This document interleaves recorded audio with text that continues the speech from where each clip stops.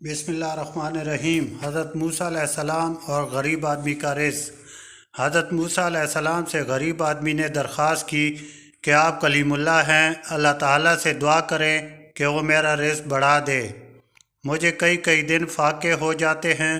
حضرت موسیٰ علیہ السلام نے بارگاہ خداوندی میں اس کی درخواست پیش کی تو بتایا گیا کہ اس آدمی کی قسمت میں قلیل روزی ہے، اس لیے ہمارے ہاں سے تھوڑا تھوڑا کر کے اسے روز دیا جاتا ہے تاکہ آخر تک ملتا رہے۔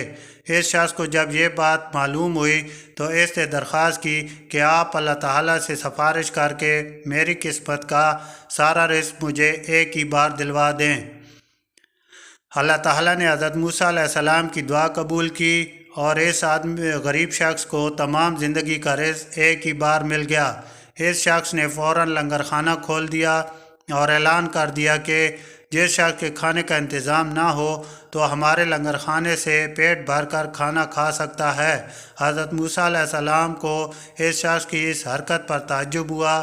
انہوں نے اسے سمجھانے کی کوشش کی لیکن جب وہ نہ مانا تو مایوس ہو کر چلے گئے۔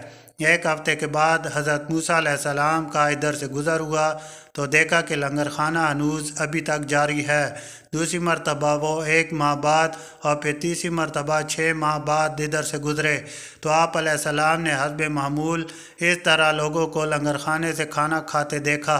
حضرت موسیٰ علیہ السلام کا خیال تھا کہ اس غریب آدمی کی دریا دلی کی بدولت اس شخص کا سارا رزق چند روز میں ختم ہو جائے گا، مگر لنگر خانہ ابھی تک مسلسل جاری تھا۔ حضرت موسیٰ علیہ السلام نے اللہ تعالیٰ سے عرض کی، یا اللہ یہ کیا قصہ ہے، اس کا تھوڑا سا رزق ابھی تک چل رہا ہے۔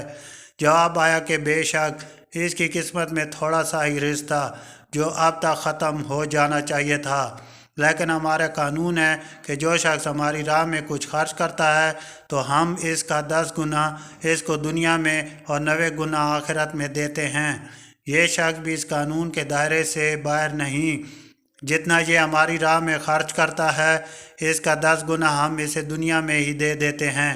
اس میں تعجب کی کیا بات ہے، سبحان اللہ۔